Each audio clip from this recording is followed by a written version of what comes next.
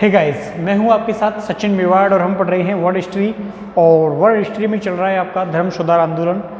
धर्म सुधार आंदोलन क्या है, कैसे है, इस संदर्भ में हम बात करेंगे। देखिए,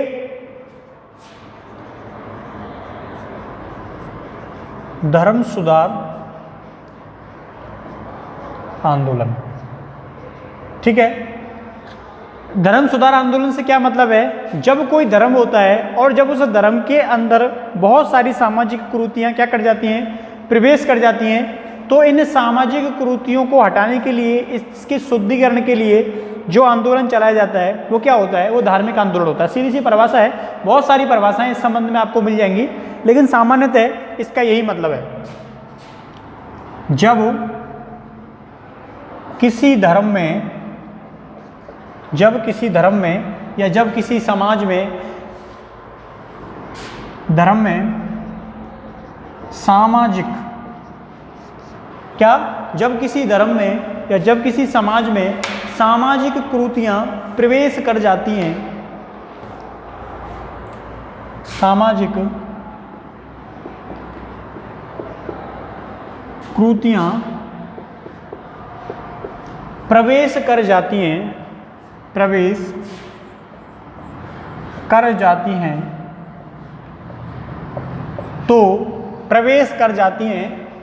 तो उसके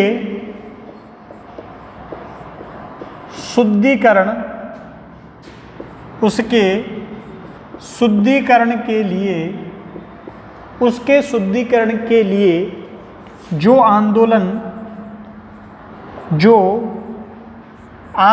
चलाया जाता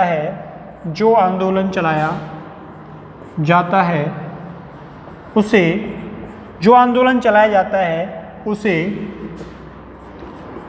धर्म सुधार आंदोलन के नाम से जाना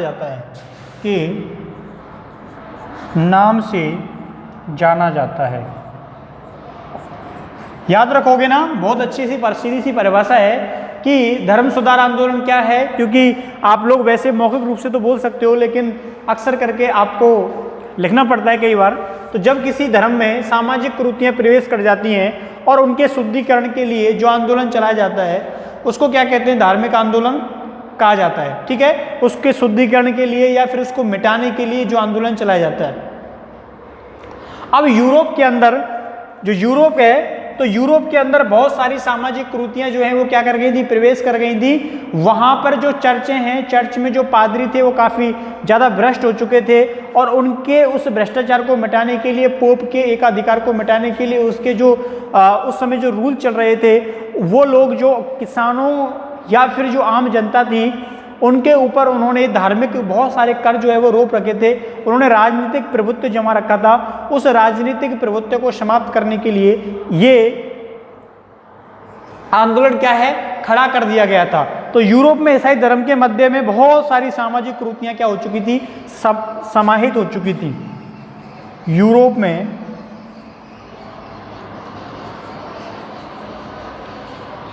सामाजिक रूप से ईसाइयों में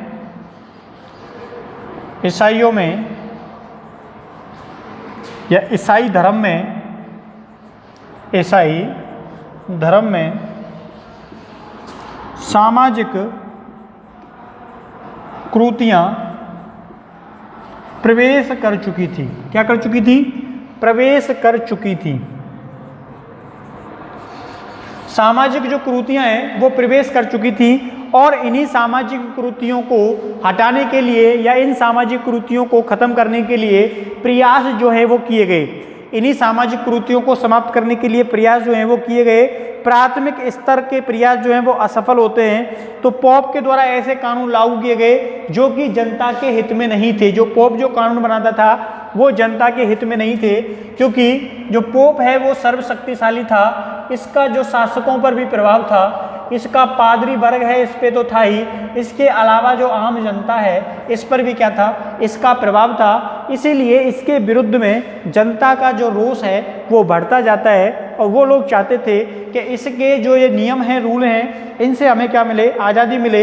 ये इनसे विभिन्न प्रकार का जो कर है, विभिन्न प्रकार का जो टैक्स है वो वसूल करता था। जैसे एक भूमि कर वसूल करता था, एक धार्मिक कर वसूल करता था, और इसके अलावा भूमि कर, धार्मिक कर के अलावा ये टैक्स की विभिन्न रूप जो है बना रखे थे व्यापार के रूप में, ठीक है। और धर्म के नाम पर भी ये टैक्स वसूल करता था। इसके अलावा निर्माण के नाम पर, धर्म के, ईसाई के प्रचारों के नाम पर भी टैक्स वसूल करता था।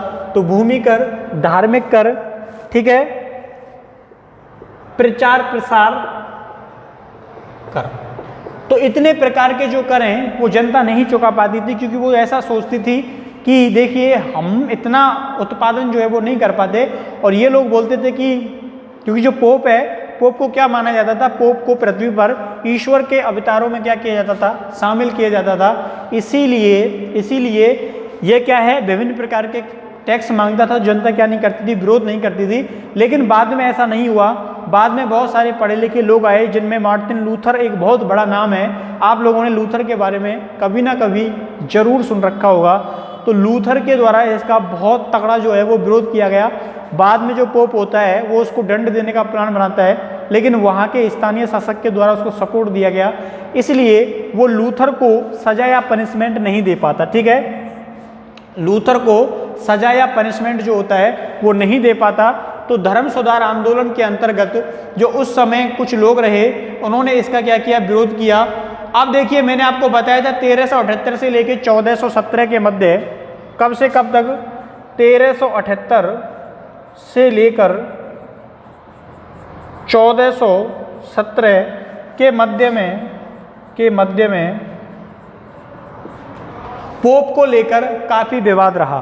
के मध्य में पोप को लेकर काफ़ी विवाद रहा, ठीक है। क्या रहा, काफ़ी विवाद रहा। तो जब ये विवाद रहा तो पोप की जो प्रतिष्ठा होती है वो काफ़ी कम हो जाती है। पोप की जो प्रतिष्ठा होती है वो क्या हो जाती है, काफ़ी कम हो जाती है।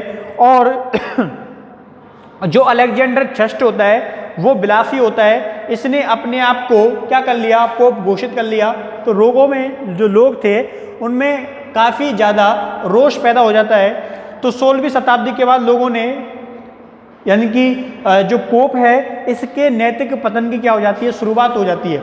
किसके, पोप के नैतिक पतन की क्या हो जाती है, शुरुआत हो जाती है, ठीक है। मैं इसको मिटा देता हूँ।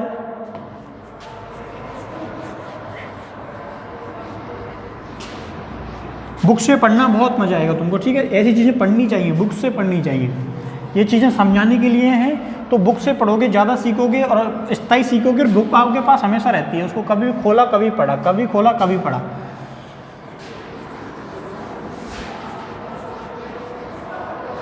देखिए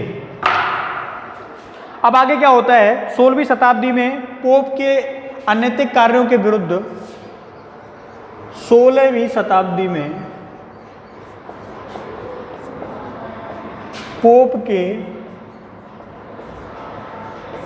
अनैतिक कार्यों के विरुद्ध, अनैतिक कार्यों के विरुद्ध लोगों ने विद्रोह कर दिया, लोगों ने विद्रोह कर दिया, ठीक है।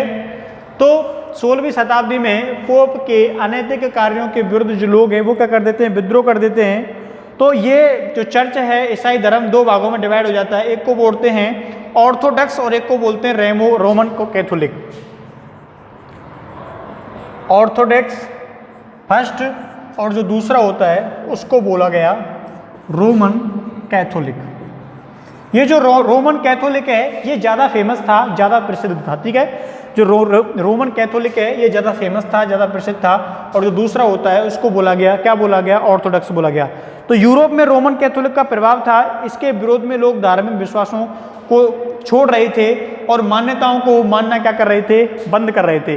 किसका प्रभाव ज़्यादा था, रोमन कैथोलिक जो होता है इसका प्रभाव बहुत ज़्यादा था।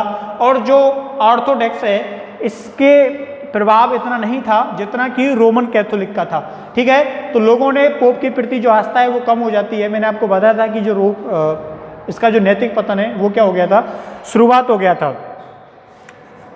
अब देखिए अब होता क्या है, इसका नैतिक पतन जो होता है वो हो जाता है स्टार्ट। अब देखिए मिस्र के बारे में जो नेक्स्ट वीडियो में बताऊंगा आप लोगों को कि वास्तव में नैतिक पतन किस प्रकार से स्टार्ट होता है। ठीक है, तो आप लोग जरूर निश्चित रूप से जो बुक है उसका अध्ययन करते रहिए। मिलते हैं कल नेक्स्ट वीडियो में। थैंक यू, धन्यवाद, बाय बाय।